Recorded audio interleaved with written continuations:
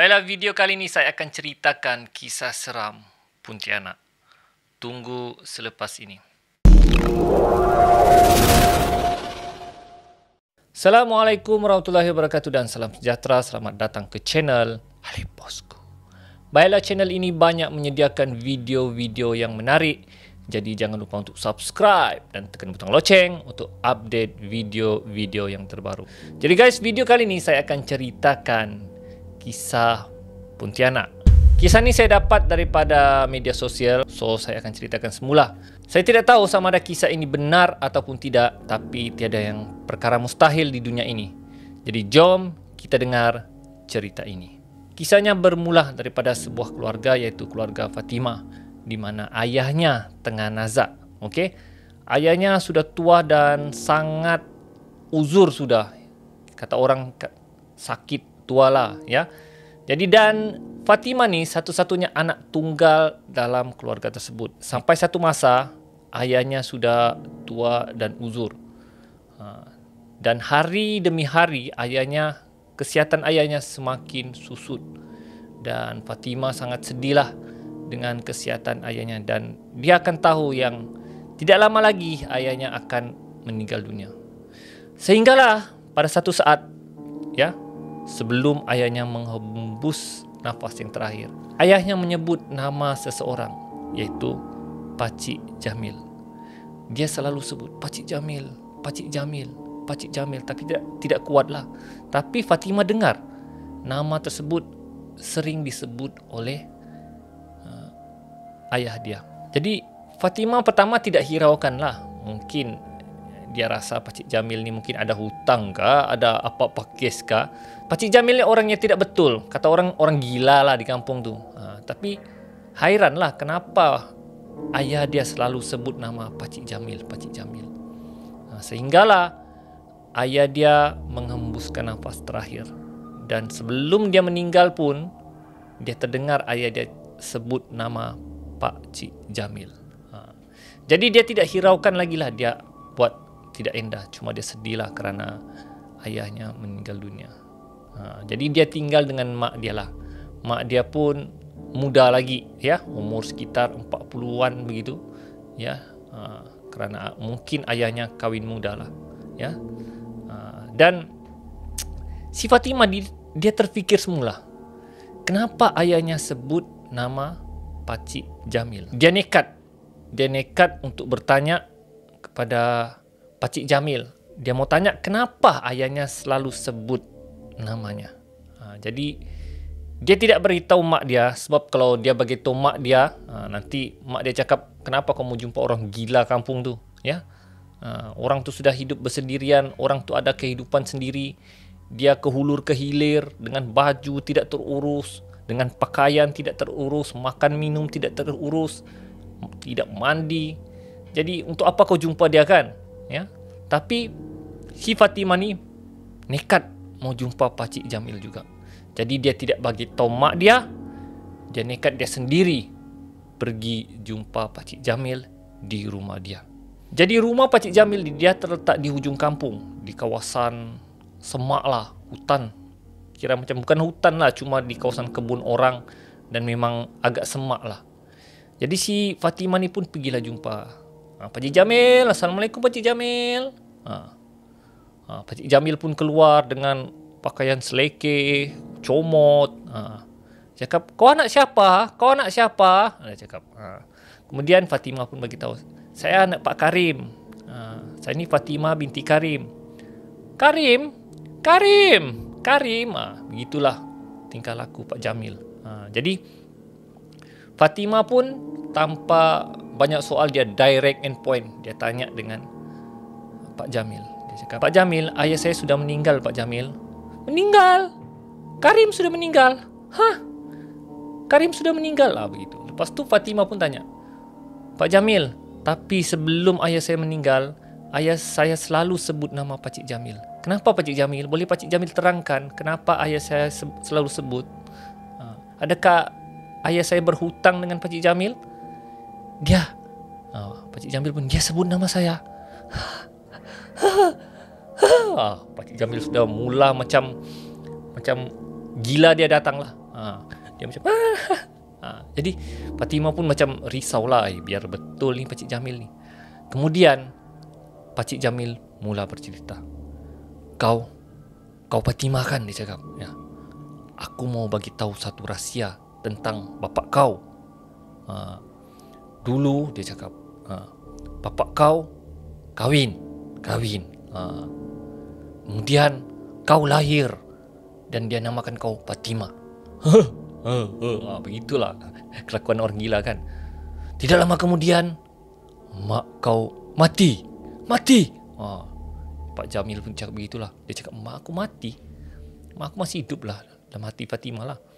Kemudian ayah kau tidak betul. Kemudian ayah kau jumpa Bomo. Ayah kau jumpa Bomo. Dia mau cari pengganti mak kau. Jadi ayah kau mendesak Bomo. Dia mau pengganti. Sampai satu masa Pakcik Jamil cakap ayahnya minta pengganti dan memaksa Bomo tersebut untuk mencari pengganti ibu dia. Sehinggalah satu hari Bomo tersebut mengarahkan ayah Fatimah untuk datang pada malam Jumaat Kliwon di rumah Bomo tersebut. Jadi ayah Fatimah ni takut untuk ke rumah Bomo tersebut. Jadi dia mengajak Pakcik Jamil bersama-sama dia untuk berjumpa Bomo tersebut. Jadi Pakcik Jamil bercerita, ayah kau bawa aku jumpa Bomo. Dan bila jumpa Bomo tersebut bawa satu perempuan cantik. Dan Bomo itu berkata, inilah isteri baru kau. Dia akan kahwin dengan kau. Tapi kau perlu tahu, dia bukan manusia. Bomo tercerita. Ayah Fatimah sudah tidak peduli kerana perempuan yang dibawa oleh Bomo itu sangat cantik dan sungguh menawan. Ya. Ayah Fatimah sudah tidak peduli. Dia mau juga kahwin dengan perempuan tersebut. Tidak kiralah dia siapapun. Dan Bomo tersebut beritahu bahawa perempuan tersebut adalah Pontianak. Ayah Fatimah tidak percaya. Dia cakap, kenapa pula Pontianak, Tok Bomo?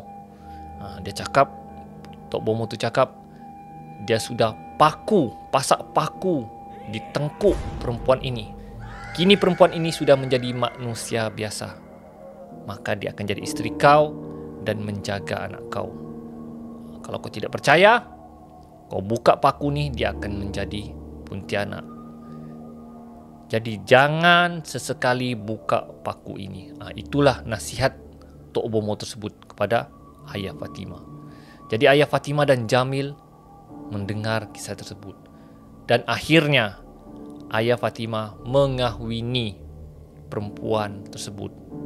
Dan perempuan tersebut adalah Mak Fatimah pada ketika itu. Jadi selepas saja Pak Jamil cerita, Fatimah, dia cakap, mengarutlah Pak Jamil ni. Ya, ini semua tengok DVD banyak ni. Dia cakap mengarut ni. Ya, terlampau banyak tengok cerita Mamat Khalid. Ya, Kampung Pisang Bersiri-siri. Jadi dia pulang rumah. Mengarut. Mustahil lah mak aku Pontianak pula. Ya, mustahil. Jadi pulanglah Fatimah ke rumah. Jadi mak dia tanya, kau kemana tadi? Tiada mak, saja jalan-jalan. Jadi pada satu malam, semasa tidur, Fatimah cuba cek tengkuk mak dia. Bila dia cek tengkuk mak dia, dia nampak, dia buka masa mak dia tidur. Dia buka seperti ada taik lalat. Dia tengok, ini taik lalat kah? Tanda lahir ni, dia cakap. Kemudian Fatimah cuba sentuh. Bila dia sentuh, betul guys, itu adalah paku Pontianak. Baru Fatimah tahu, rupa-rupanya maknya memang betul-betul Pontianak. Fatimah sudah tidak selesa. Ya Allah, adakah aku selama hidup dengan Pontianak? Betulkah mak aku Pontianak ni? Ya Allah. Dia sudah berdebar-debar. Jadi malam tu dia nekat. Dia mahu cabut paku di tengkuk mak dia. Dia mau bukti sama ada itu tanda lahir, taik lalat, ataupun betul-betul paku Pontianak.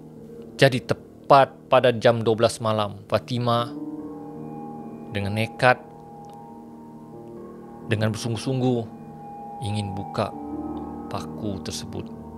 Dia perlahan-lahan masuk ke bilik emaknya dengan rasa berdebar-debar. Dan dia cuba selak rambut mak dia, dan terlihat jelas di tengkuk mak dia ada paku Pontianak. Jadi dengan sekuat hati Fatimah tarik paku tu, dan bila dia tarik paku tu sangat panjang, lebih kurang 7 inci, dan bila dia tarik keluar,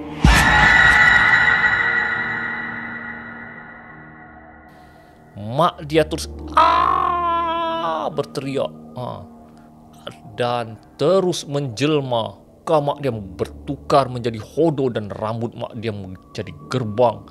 Dan betul guys, mak dia menjadi Pontianak. Mak dia mengilai. Mengilai. Kemudian terus terbang keluar dari tingkap. Fatimah terkejut dan menangis kesedihan kerana orang yang disayanginya selama ini rupa-rupanya bukan manusia. Orang yang selama ini menjaga dia bukan manusia. Dan dia sedih kerana dia telah kehilangan mak dia.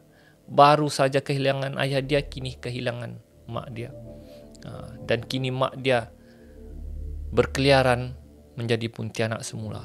Dan kampung tersebut telah diganggu oleh Pontianak semenjak hari itu. Dan Fatimah tidak henti-henti menangis, menyesal kerana mencabut paku daripada tengkuk mak dia. Jadi guys, itulah dia kisah seram Pontianak.